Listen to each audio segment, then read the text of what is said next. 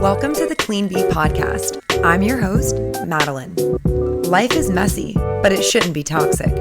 Whether that's chemicals, relationships, habits, or old ways of thinking, the Clean Bee Podcast is here to help you cut through the noise and release what is no longer serving you. Let's dive in, beautiful. Hello and welcome back to another episode of the Clean Bee Podcast. I am your host, Madalyn, integrative health practitioner and vibrancy life coach, here to support you and guide you in reducing your toxic load so that you can raise your vibration and live a life that feels truly aligned for you. If you are a new listener, welcome. If you're an OG, all the way back from episode 1, welcome on back. Either way, I am so glad that you landed here today. I'm excited to serve you and I'm honored to have you here and a part of the Clean Bee community. So before I dive into a little teaser of today's episode, I did want to let you guys know that this is the last episode of 2021 and of season 1 of the Clean Bee Podcast. So if you've been an OG listener, you'll know that I launched back in July, and it's been a beautiful journey and evolution. And I've recently just completed a mentorship with the almost 30 girls, Krista and Lindsay, which was absolutely incredible. And I really want to take some time to integrate, to batch some content. I've got a lot of exciting interviews that are already recorded that are lined up for season 2. And I really just want to take some time to evaluate everything and make sure that I'm releasing content that is the highest quality and the highest caliber to serve you guys in the best way possible. So there will just be a short 2-week break, and then I'll be back at you fresh in 2022, ready to come at you with season 2. There's so many exciting guests lined up. I cannot wait to share them with you. And I feel like we're really going out with a bang with today's guest, Dr. Yvonne Burkart. So Dr. Yvonne is a board-certified toxicologist, chemical and ingredient safety expert, environmentalist, mother, and consumer advocate with a passion for sharing ways to live a natural, toxin-free life. So if you guys are OG fans of the Clean Bee Podcast and the page and are part of the Clean Bee community, you will know how much and how excited I must have been for this episode, because this is what I'm all about, like helping people reduce their toxic load. And while a lot of that is, working through mindset and limiting beliefs and habits and really elevating all of that, the other part of it really is getting to that root cause of symptoms that are leading to fatigue, brain fog, autoimmune conditions, rashes, gut dysbiosis, and so much more. And so much of that really begins and is caused by these endocrine disruptors and a lot of the other toxic chemicals and toxicants that are just in our environment and in our day-to-day modern life. So this conversation, I was just so pumped and so excited for it. Ended up being so much fun, and there's a lot of value-packed information in here. So you guys are always wanting to hear more about, what products do you recommend? Like, what swaps should I make? And I love sharing that with you guys. It really lights me up. So all of you that are asking those questions, this is the episode for you. Dr. Yvonne also has a background in working with the chemical fragrance companies, which I find is a really unique perspective. She also struggled with infertility and significant hormone issues starting at a relatively young age. So she has a lot of not only scientific and educational experience in this paradigm, but she also has her own anecdotal personal lived experience and what she has done to overcome that over the years. So value-packed, practical tips and some really good insights, especially towards the end, on how to spot greenwashing, which I know a lot of you in the community are very passionate about the environment and you really are conscious of your footprint that you're leaving behind. And so for all of you that are interested in that and really care about the environment, listen all the way through, because she shares her top tips for spotting greenwashing and how to avoid it. And we also explain what it is. So if you're listening and you're like, wait, what is that? I don't know what that means. Don't worry, we talk about it all in this episode. So before we dive into today's episode with Dr. Yvonne, I do just want to share with you guys the podcast review of the week. This listener dropped 5 stars and says, "My new favorite. It is a joy to listen to Madalyn talk about wellness from many angles. Wellness is often a topic that can be hard to discuss without sounding pretentious or like a know-it-all, but she makes you feel included in the conversation and like your goals are actually achievable. Her voice is soothing and inviting, and it makes her podcast even more interesting to listen to. And I also love the guests she has had on the show so far." Wow, thank you so much for that amazing review. It genuinely means the absolute world. And if you're listening now and you haven't already and you feel inspired to do so, I would be honored and super grateful if you would go and leave a review. You can drop a review over on Apple Podcast, drop 5 stars, and let me know what you think. Let me know what your favorite takeaways are. And if you ever have feedback, please let me know as well. I genuinely love hearing from you guys. It's how I learn to evolve and grow the show, and also how I can learn to best serve you. So as always, Clean Bee fam, you guys know the drill. Take what resonates with you today and leave what doesn't. Also be sure to check out all the show notes for resources and ways to connect with today's guest. And yeah, I will see you guys in 2022. Enjoy the last episode of season 1. I really hope you enjoy. And I wish you guys a beautiful, happy, healthy, and safe holiday season.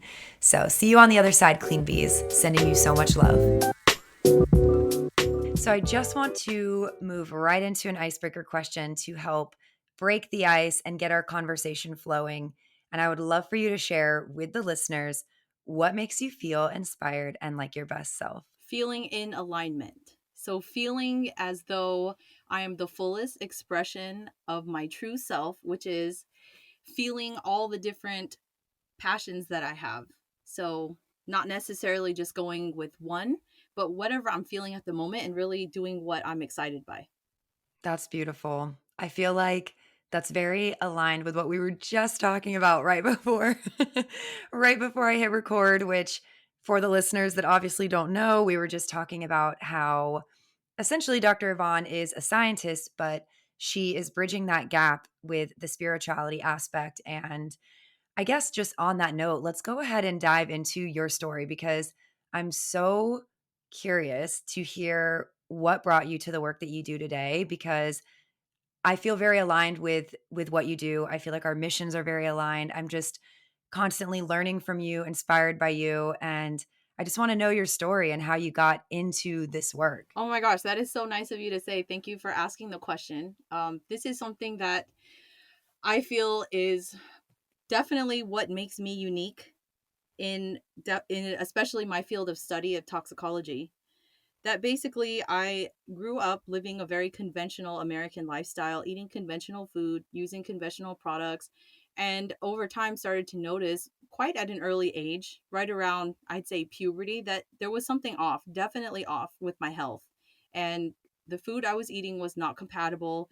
The products I was using, definitely looking back now, I know that I was a victim of endocrine disruption to an extreme. And I know that this doesn't happen to everybody, but in my case, I was Mm, more on the sensitive side. Maybe I'm not that rapid of a detoxifier, perhaps. Many reasons, right? And genetic reasons and so on. But basically, over time, I started to realize that what I was being told by doctors, that I'm normal, that my labs look fine, was not true. Simply because the signs were there on my body. I was extremely inflamed. I had erratic mm, periods. I don't believe I ever had a normal cycle until after the age of 30. mm. And to be perfectly honest, the hearing that I'm perfectly normal, it was so frustrating to the point where I had to seek answers otherwise. And I had to basically untrain myself of all the things that I had learned going through graduate school. Wow. There is a type of I guess there is a type of dogma or like a paradigm, that we're all kind of taught and, kind of spoon fed. And I had to unwind all of that and basically take a step back and say, hey, everything that I've learned so far is not working for me. I need to Mm-hmm. question it and I need to think differently. And it was really the experience that I had with infertility Mm. and extreme brain fog. I would say I had excessive fatigue, like chronic fatigue, adrenal burnout, leaky gut, you name it. I think I was just barely hanging on, both physically and mentally. And Yeah. that really drove me. It was basically when I felt that my health had hit rock bottom that I started to look at it from a completely different angle. And that's when I really discovered, despite all of what I learned in school about toxicity, that the small exposures that we have through everyday products, through foods, through our water, through our air, they all add up and they matter. Mm. That's really how I got here. Wow. Thank you so much for sharing that. And thank you for sharing, you know, being open and vulnerable to talk about infertility, because I think that that's something, it's definitely on the rise. And so many people are experiencing struggling with getting pregnant and just different endocrine system issues. And I think, I mean, we both know that, this toxic load is a massive component as to why that's happening. But I just really appreciate you sharing that. And I'm so curious, what was the first catalyst that, or impetus, I guess, to what did you discover? Was it just because you hit rock bottom, or was there something in particular that you stumbled upon that you were like, oh, wow, this is going to change the course of my life and my health? It was basically symptom upon symptom that I had been ignoring.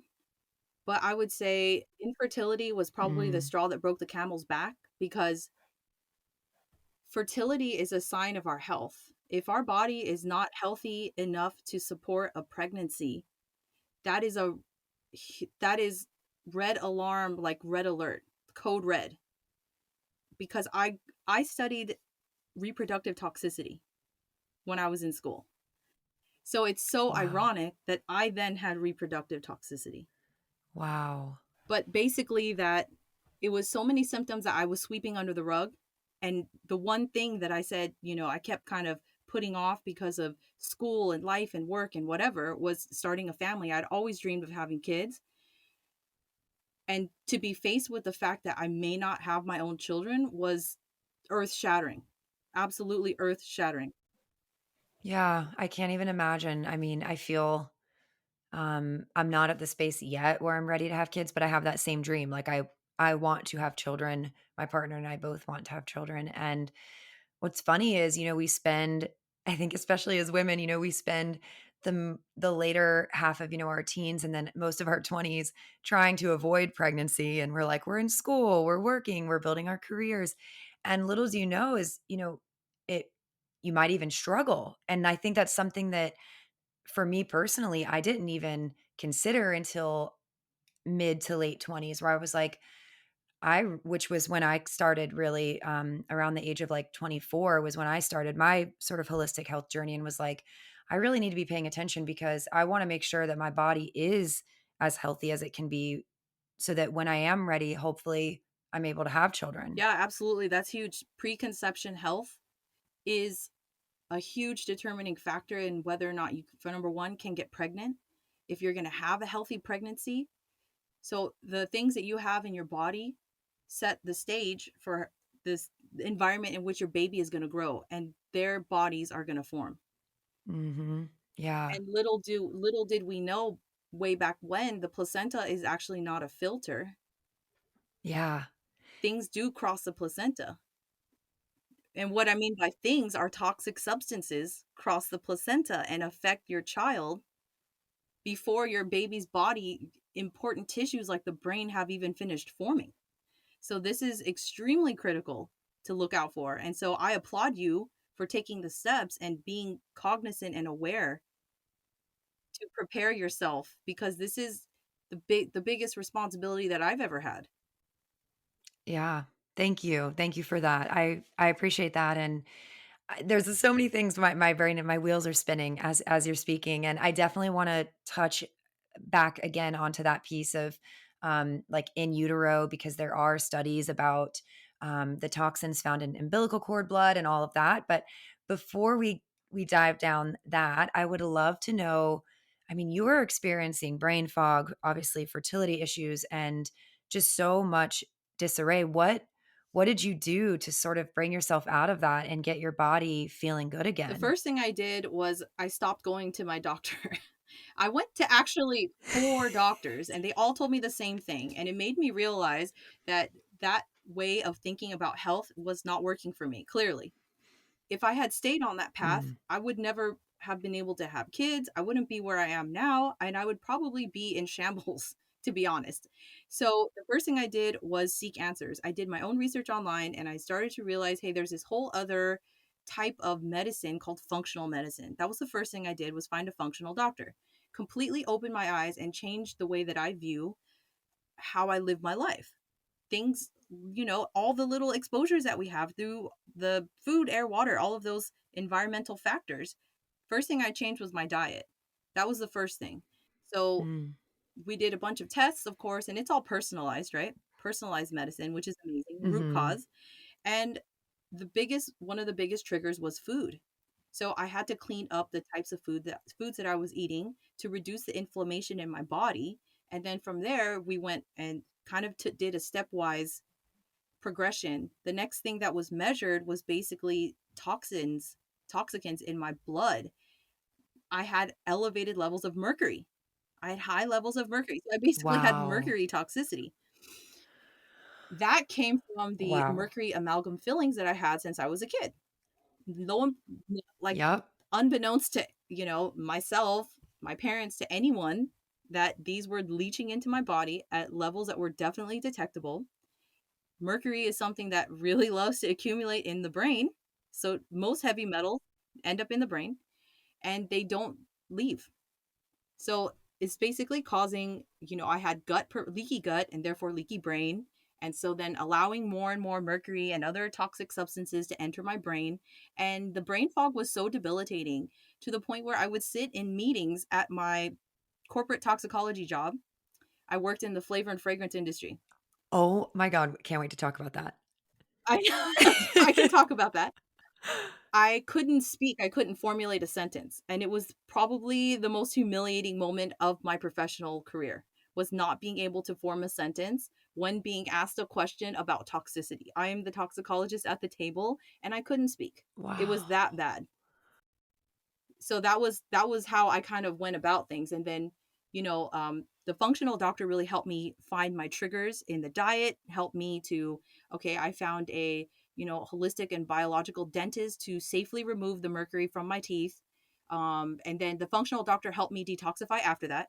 Amazing. Then on my own, he actually surprisingly didn't mention anything about personal care products and cosmetics. Hmm. That was something that I started to purge on my own. I was a huge fragrance junkie. And when I say huge, I mean growing up, every new scent that came out, every trendy product, I was on it. I was on top of it. It was mine. You go to the store and you get, all the trendy, cucumber melon, like that was the thing back when I was growing up.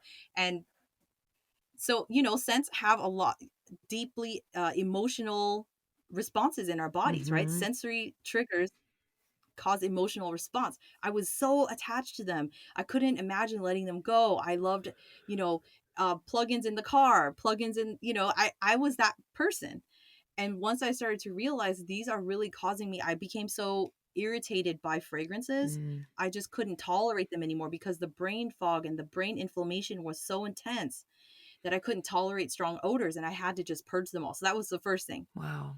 My body was doing myself a huge favor by showing me those signs. And so I purged all the fragrances, got rid of all of those. Then I started looking into my makeup and my medicine cabinet, getting rid of all of the, questionable ingredients in my products, and then slowly, slowly, slowly educating myself and realizing that there is so much more to ingredients and regulations around that than most consumers are even aware of at this point.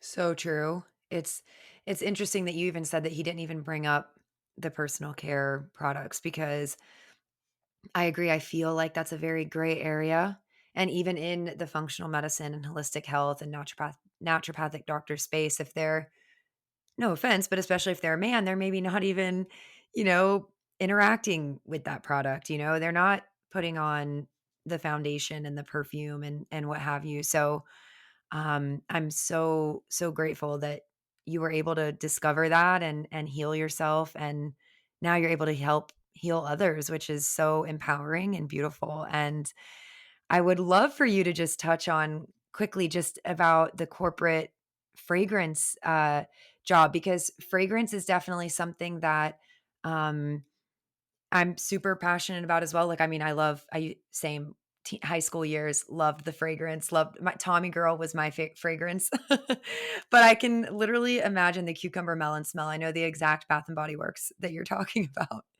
But I think that that's like the hidden one that so many people overlook, especially even in the quote unquote cleaner products, which a lot of that's greenwashing, which I know you're an expert on. So we'll get to that. But, they'll still include fragrance as in their ingredients description, which essentially is such a big loophole. So I'm so curious. I feel like you have actual insider information as to what goes on with that. So can you elaborate on that? Absolutely. Fragrances and flavor chemicals overlap. So I worked mainly in flavors. I did have some overlap with my colleagues in fragrances, so I am aware. And since they are similar chemicals, they are the same chemicals actually.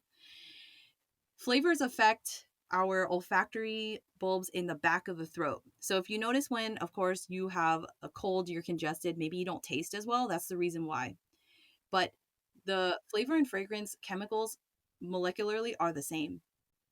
So when you taste a cherry, you're also smelling it at the same time. That's true. Yeah. So that's how that works. So going into the synthetic sort of flavor space, um, there's definitely a lot of chemical processing that goes on. The company I work for, and in fact, all flavor and fragrance companies are chemical manufacturers. They just specialize in manufacturing flavor and fragrance chemicals that people eat and use on their bodies. Um, there's different considerations that need to be taken, that need to be taken on a case by case basis. But in general, because flavors are consumed and not necessarily intended to be inhaled, then the toxicity testing is different. So for flavors, it's mainly oral toxicity testing. Oh, And interesting. for fragrances, then it's dermal, so skin and inhalation, because those would typically be people aren't eating fragrances. Yeah. But the formulations on how the final consumer products are made really depends on the personal care and fragrance company. So my company was a B2B. So we supplied the fragrance chemicals to the other companies that were making the final product that gets sold to consumers. Okay. And there is trade secret protection. So coming Mhm. from the flavor and fragrance company, it's not necessary to disclose every single chemical that's in there. It's just we would tell them what goes on the label, and then they would label it the way that we tell them. Yeah, exactly. That's literally what I've been preaching since I discovered this for myself back in like 2013, 2014. I was like, I discovered it at first with natural flavors as the product ingredient on food. And I remember just being like dumbfounded. I was like, wait, what? And discovering that it is, in fact, trade secrets because it's considered proprietary information. This is our formulation. If we disclose everything, then someone else can copy it, which, the Libra in me that, I can understand both sides. I can understand that. But then in the same token, it's like as consumers, we deserve to know exactly what is in our products, especially in an age where there are so many allergies, and which that's a whole nother wormhole. But yeah, so when do you still work there, or I mean, I know you have your toxicology mama, which is amazing and you're helping clients, but I'd love to hear more about that journey. Yeah, so it's a very interesting time that I spent there. So directly after I finished my research fellowship, after I got my PhD, I landed a job at the flavor and fragrance company, and I was so excited. And it was really exciting at first because it was a completely new way of using what I had learned in school to actually help protect the health of people.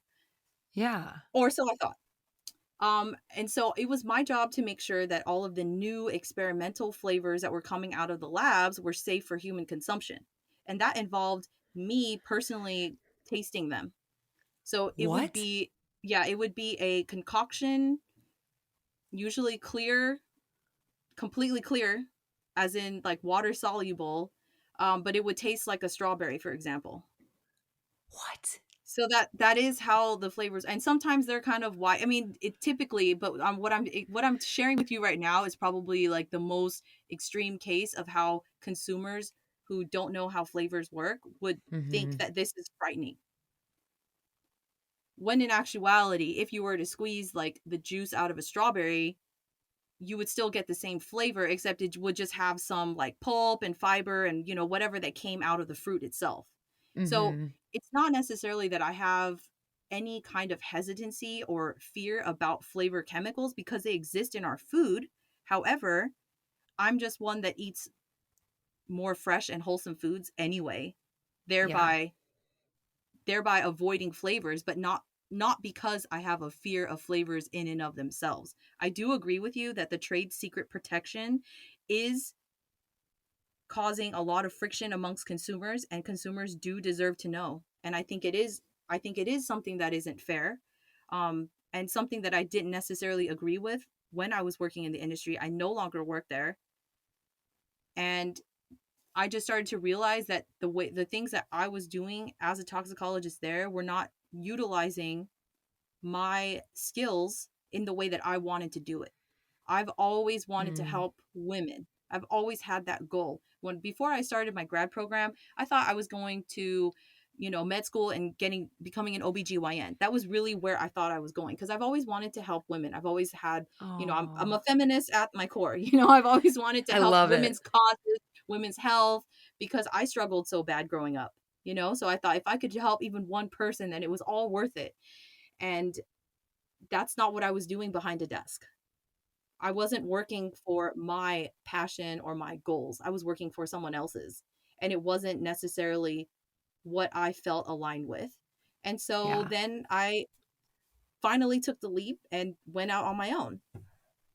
And I thought to myself, I would love to be able to help people directly one on one, help consumers because this is such a gray area, like you said. There's so much mystery, so much misinformation and also Mm-hmm. fear that I thought I could dispel some of these sort of myths and help people understand what's really going on so they can make an informed decision. Not necessarily to tell people what to do or how to do it, but just sharing what I've experienced and what has helped me. And, hopefully that can inspire someone else.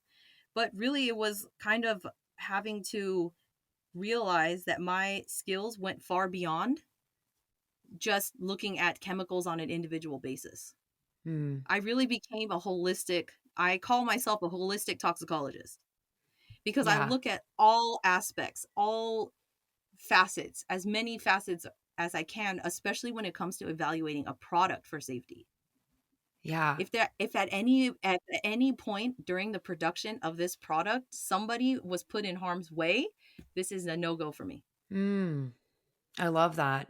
Well, one, I just want to say, I just love your mission. I love what you're doing. I love that that's coming from like such a heart centered place.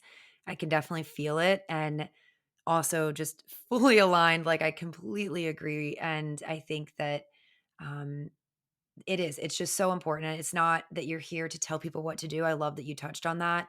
It's really, and it's not also to instill fear. I think like a lot of, um, in the health and wellness space, especially online, there is a lot of fear mongering. And that's always what I try to ring home for everyone is like, one, take what resonates and leave what doesn't. And two, do your own research and use this knowledge however you see fit and let it, inspire you if it does, or let it motivate you to seek further education or what have you. So I just wanted to touch on that because I definitely agree. And I just have to go back to this strawberry tasting things. I cannot believe that you were the one experimenting on your own self whether a product was safe for market. Can you like elaborate on that a bit more? Yeah, so there are definitely within the company are taste panels. So my job was basically to work very closely with the organic chemists who were doing discovery work, looking for new flavor chemicals, new compounds, interesting flavors that were found in foods that, they could recreate Mm-hmm. The thing is that a lot of consumers believe that all flavors are synthetic, even though it has the word natural on it. And that's not true, just simply by the way that the regulations are written. And even though the industry is quote unquote self-regulated, there are people like me who actually care about human health and the environment that are working there. So that's one of the reasons that I stayed on for so long, is because I did feel that sense of responsibility Mm-hmm. and accountability that the company was taking. So, yes, I was involved in what they call bench tasting. So, the chemist would come up with a new compound, isolate it, purify it, give it to a flavorist who would then mix it up into a formulation at different dilutions. However, it was meant to be used in a product. So, it would be put into a yogurt if that's how it was meant. Then it was like fermented and tasted before and after to see if the process of fermentation altered the flavor profile. So, it was that kind of testing. It was pretty much testing on like raw flavor ingredients, and it Wow. was very interesting because I learned an entirely new language of sensory language that I never knew before. So for Mm-hmm. example, the taste of freshly sharpened pencils, I didn't even know that you could describe a flavor like this. But it's really fascinating. It is. It's really fascinating, and to say that there are people who are responsible within the industry, and I think there are people within the industry who also would support for more transparency as well. Mm. It's just that so if you think about it, and this is the logic that came way back when the regulations were written, right? That if you put the flavor formulation on the label, other companies are going to copy you and they're going to make it the same. Well, Mm-hmm. guess what? They don't know the exact percentages of each of those chemicals that True.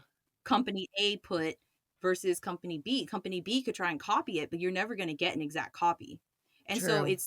it created this culture of cutthroat under what is the word? Basically trying to, steal business from other companies, and it just created this really negative space that is completely out of alignment for me. So that was another reason why it was not a good fit.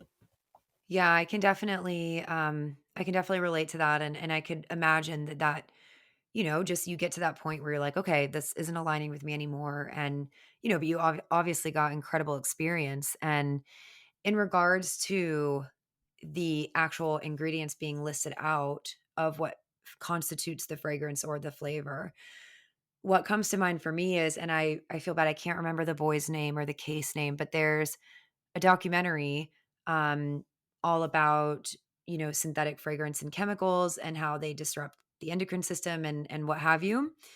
And there's a story of this teenage boy who essentially goes to high school one day and goes into anaphylactic shock, like rushed to the hospital, this whole horrific situation. And it turns out they, through trial and error of this boy going back to school and this continuously happening, thankfully, he had an EpiPen, so he was able to kind of like manage it a bit better. But I mean, that's not managing it. They realized it was Axe, that it was Axe body spray. And Axe is owned by Procter and Gamble, and this family like went on this long pursuit, like begging the company essentially to disclose like what makes up this fragrance because we want to pinpoint what our son is allergic to. And they refused. They refused to give over that information, and that that's what like gets me riled up and what makes my heart hurt is because these poor parents just looking for a way to protect their child from something, and they're left to essentially homeschool their kid because every teenage boy wears Axe. There was a study that came out, a report by BCPP, and they were looking at a bunch of different consumer products and testing them for undisclosed toxicants in the products. And one of them was the Axe spray. 100% any fragrance that has a very long lasting scent, 100% must have phthalates in there, because that is what helps the scent to linger. So I actually have had a friend that I hugged and could still smell her on me for the rest of the day until I changed my clothes and washed myself. And I thought, oh my goodness, like this is not good. How prevalent is this? But anyway, in regards to that company not disclosing, that is terribly tragic. And maybe it's even possible that the company that made the fragrance didn't disclose it to Procter and Gamble. But I find that hard to believe because from an industry perspective, at least where I worked, the higher the market value, basically, the higher the business amount that that company brought in, the more transparency there was Yeah. from our end to them. So I find it hard to believe that P&G wouldn't know, and Hmm. they're basically just protecting their profits, and that's awful. Yeah, exactly. And that's what's just heartbreaking. But yeah, I love that you have this double-sided perspective. I think it's brilliant. I think it's really valuable and I think it helps bridge the gap. And on that note, I would love to just touch on greenwashing. Kind of switch gears a little bit because it's definitely something you're an expert on helping your clients and other consumers become aware of what greenwashing is and how they can avoid it. So, if you were to, I guess, first, if you can describe greenwashing for the listeners that are maybe like, huh? But I'm assuming most of my listeners know, but at this point, but if you can just touch on what that is, and then also maybe what some of your top 3 tips are to help the listener navigate avoiding greenwashing This is a products. really important topic. I love talking about it. So I'm going to try and keep it as concise as possible because I could probably talk for hours. But greenwashing is basically the use of unsubstantiated claims to make consumers believe that a product is healthier or more eco friendly than it actually is. And so the problem is that it's basically deceptive marketing. The use of unregulated terms like natural, plant derived, organic, the word organic is not regulated. There is no definition of natural at all. So there's no regulation on it. So companies can list their Mhm. products and say, oh, this is totally natural. But unless you know what the ingredients are made out of, then you wouldn't know if it's natural or not. And that's really the problem is that we as consumers were never taught how to read the ingredient label and understand what all of these chemical names mean.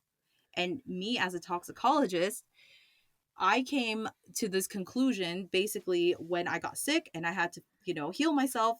I started looking, going, yeah, I can look at a chemical name and tell you that if there's a questionable aspect to it. And I'm pretty sure that most people don't know this. And this is not right. This is not okay, unacceptable. Mhm. But long story short, there are a lot of companies that like to highlight certain ingredients that they use that are maybe more beneficial. Meanwhile, the majority of the product is actually not favorable ingredient wise. They like to highlight like, oh, we're free from, Mhm. parabens, phthalates, sulfates, and all of these things. But then you turn it over and there's still a ton of other questionable ingredients in there that may even have carcinogen contamination. So my 3 top tips for avoiding Mhm. greenwashing. Number one, ignore all the claims. Ignore the front of the bottle. Turn the bottle over and read the Yes. ingredients. Tip number two, if you don't recognize at least the first 5 to 7 ingredients, if they all sound chemically to you, I would not buy that product.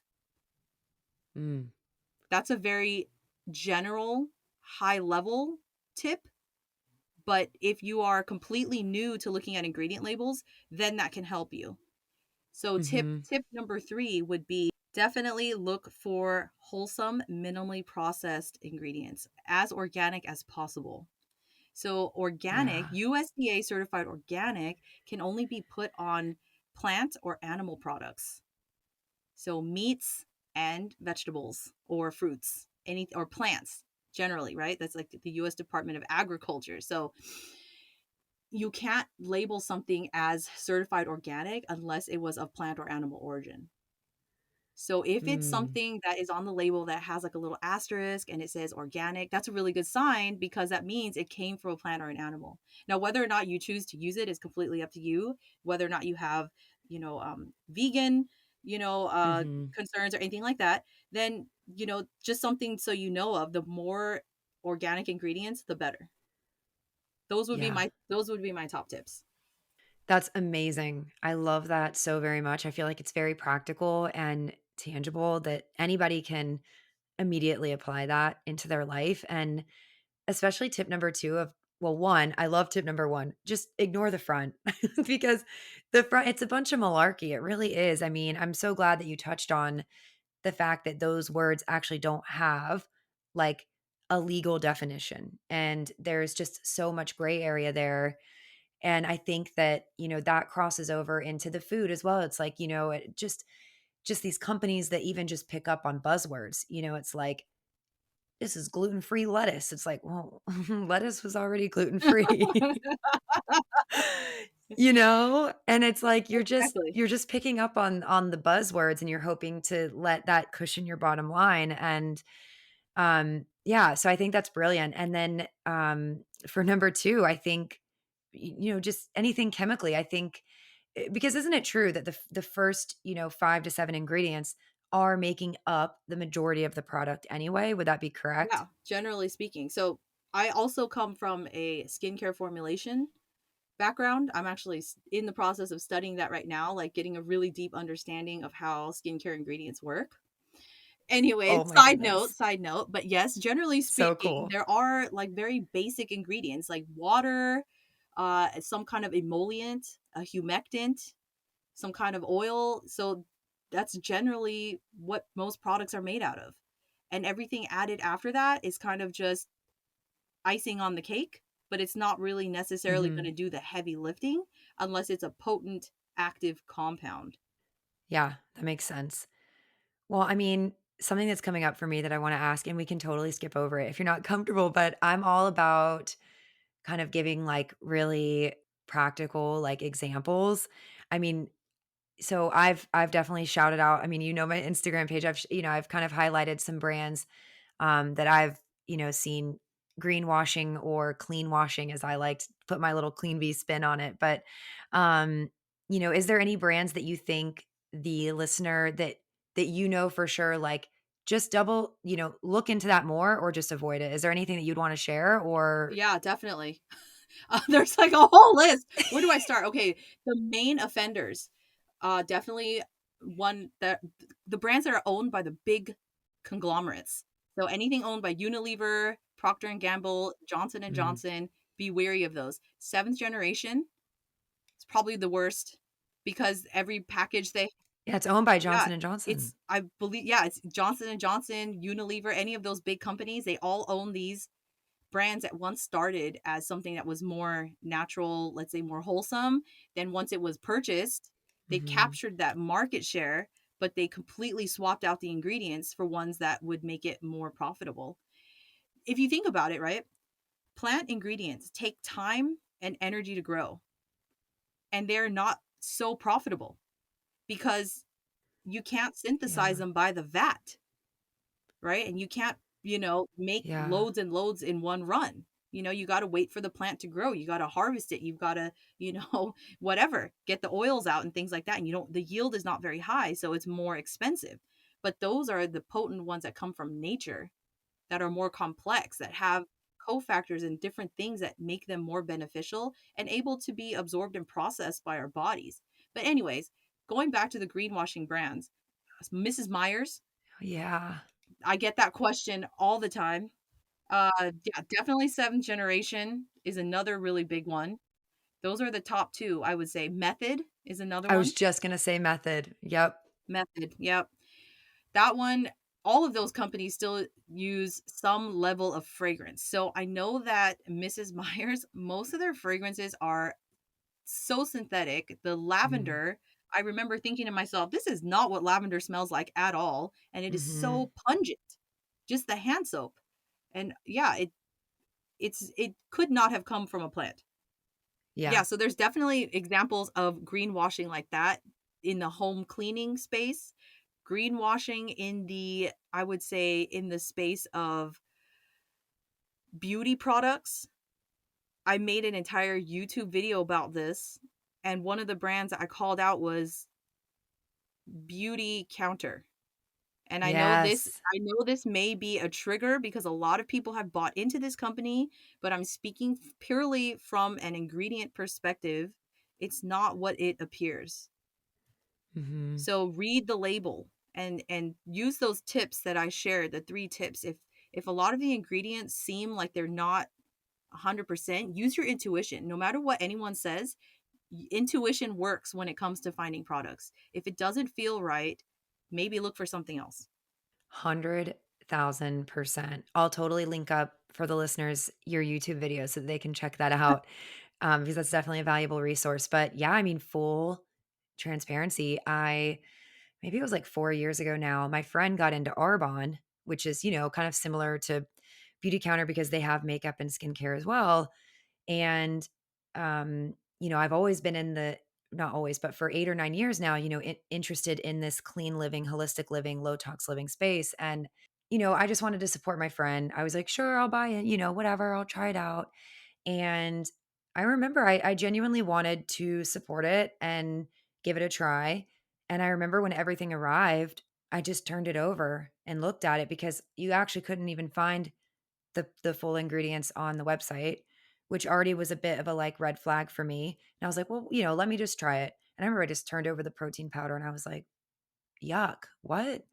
And so I, immediately stopped doing it because I was like, this just doesn't align. And I'm not trying to, say something to like belittle anyone by any means. Like I want people to feel empowered and, if that's a way for you to start a business and, support your income, but just don't be swindled and duped by these claims without looking into it a bit more, because I think that that's it, or at least that's what I'm garnering that you're saying, is just that there's a lot more that meets the eye. Exactly. So it's not to, again, not to belittle anyone, not to belittle the company, but just that it's more of a call to action for the companies to align their marketing with what they're actually selling, because that's what greenwashing is.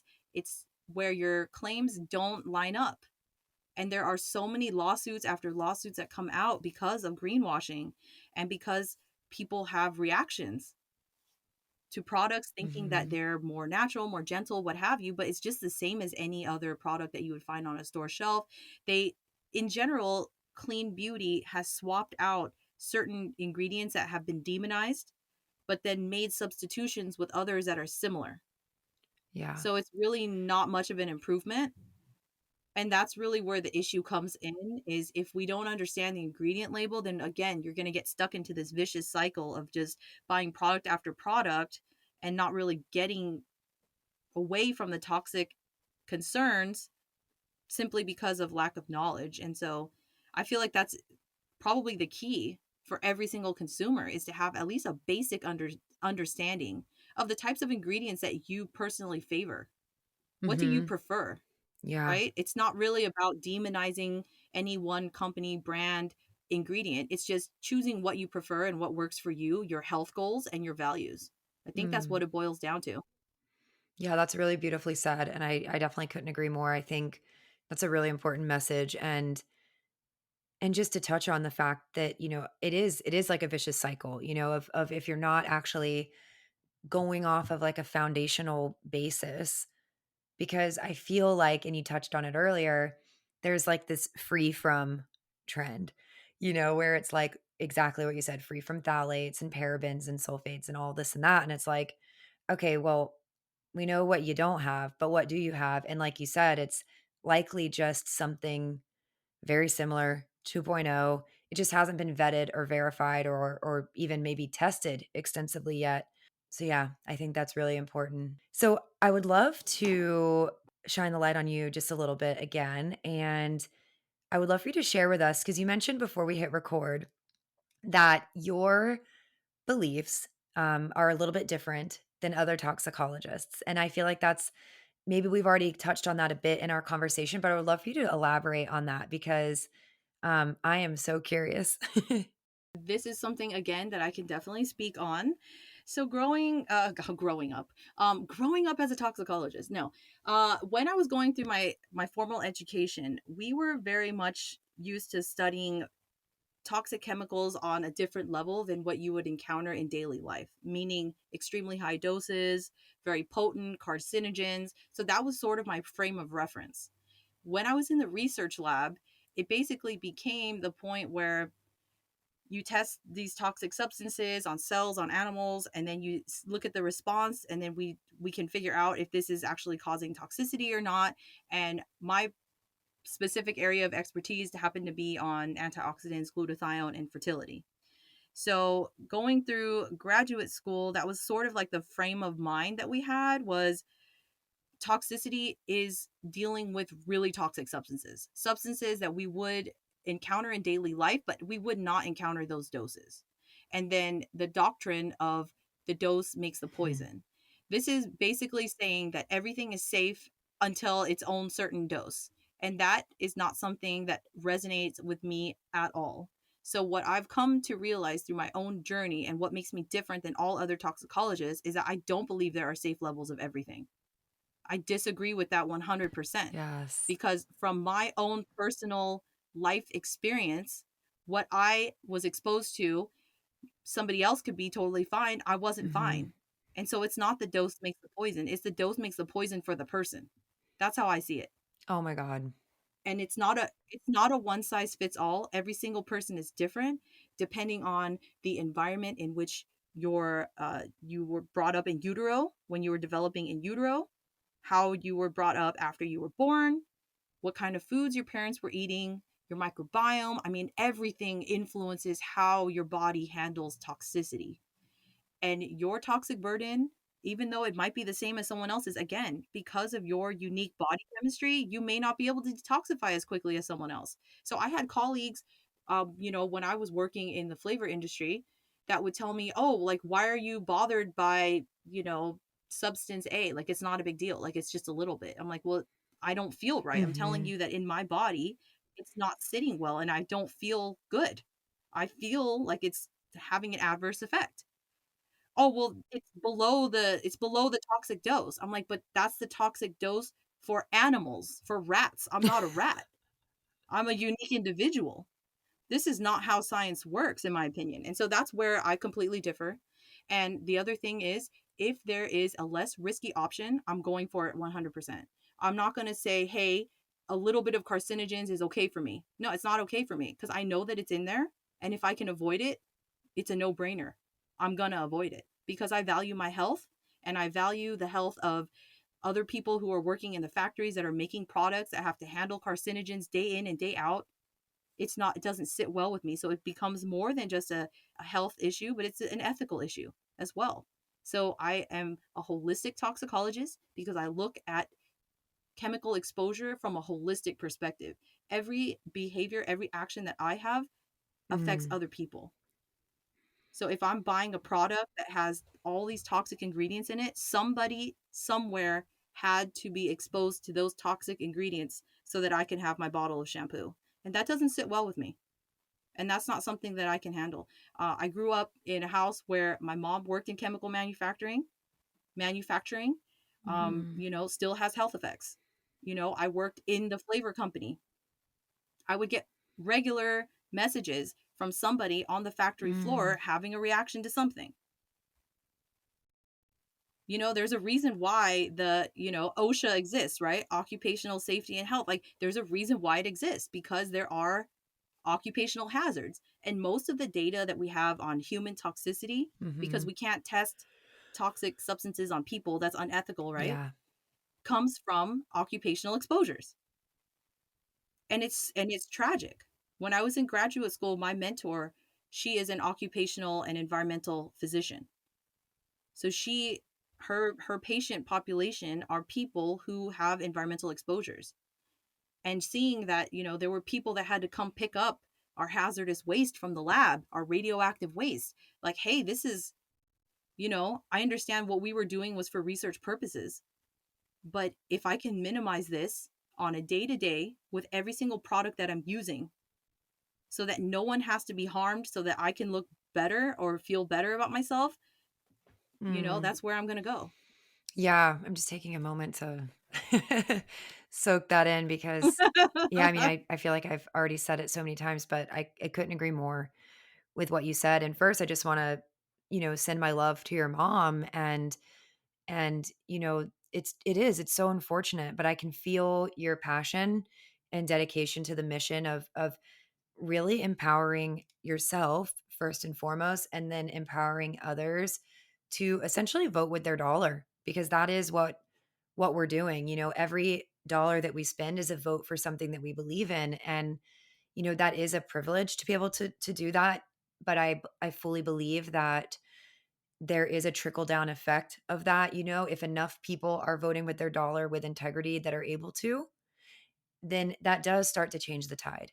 And other companies that are more transparent start to be created, and it does push regulations not nearly fast enough, but it does get things moving in the right direction, which then benefits the collective, which is so important. And I also just want to touch on the fact that I absolutely love that statement that you made. It's not the dose that makes the poison, it's the dose that makes the poison in the person. That is so spot on, because we are bio individuals. And I think also, like, what was coming up for me is just the toxic load overall as well. It's like, yes, maybe a milligram of this and a milligram of this or what have you is fine, quote unquote fine, but then bringing them all together in an already overburdened system, and now you have an issue. I love that you said quote unquote fine, because that is that's the mindset that you'll see oftentimes in industry, and I myself was one of those people as well when I was in industry. There's a general consensus around safety and toxicity, and everyone kind of just starts agreeing with each other. And recently I had a reel that went viral because I shared the products that I would not use as a toxicity expert. And they are some of the mainstream products. There's some greenwashing products in there for sure. And it's just things that I wouldn't use and the reasons that I have concerns. And I got some comments from people who said, well, why are you going against the grain, and why are you so different than all the other experts in your field? You know what it is? Because I don't listen to what other people say. I do my own research and I form my own opinion based on my own lived experience, because it's not about just following the herd. It's Yes. about, for me, being an independent thinker and helping consumers to see that, yes, I am a scientist, but I'm also a consumer, and I've also been through hell with toxicity, and it's not okay. So, Mm. I'm not going to just go along with what everyone's saying just because I want to be accepted or liked, you Oh my know? God, So, yes. I've had friends, toxicologist friends, that said, you're crazy for doing what you're doing. Like, why are you doing this? You're going to ruin your career. I'm like, no, this is exactly what I need to be doing. This is what is in alignment for me and my passion for helping people overcome this issue, because it's not right. And like you said, we're voting with our dollars, dollars.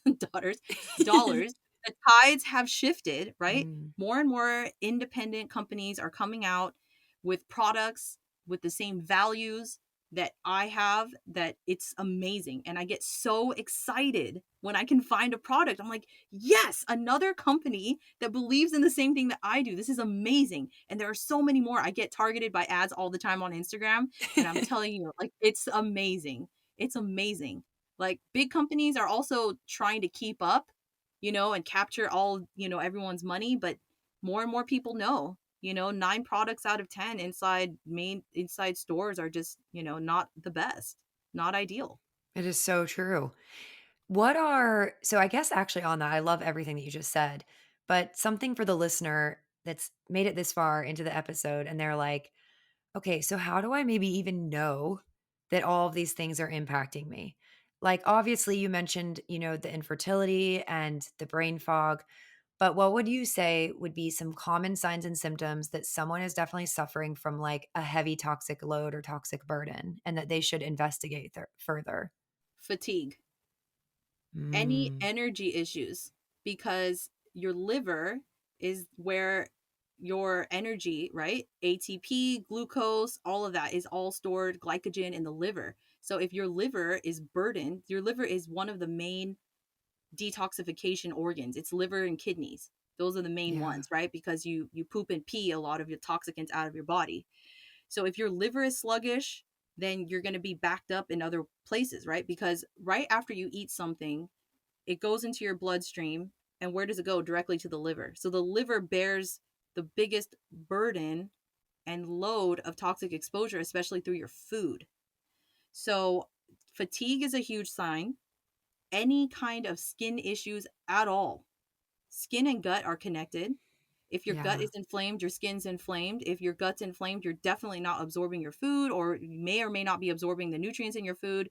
Your digestion is going to be off. That's also going to affect your liver. Um, any skin condition. So it could be acne, rosacea, eczema, like all of those skin conditions. That's all a sign. Psoriasis. Psoriasis, those are all signs of toxic overload. I would definitely say the libido, if you have a change in your libido, if you're, still in the age, libido can definitely be affected, your menstrual cycles, your fertility, the brain fog, of course. So many things are impacted, right? So like, yeah, that those would be like the main.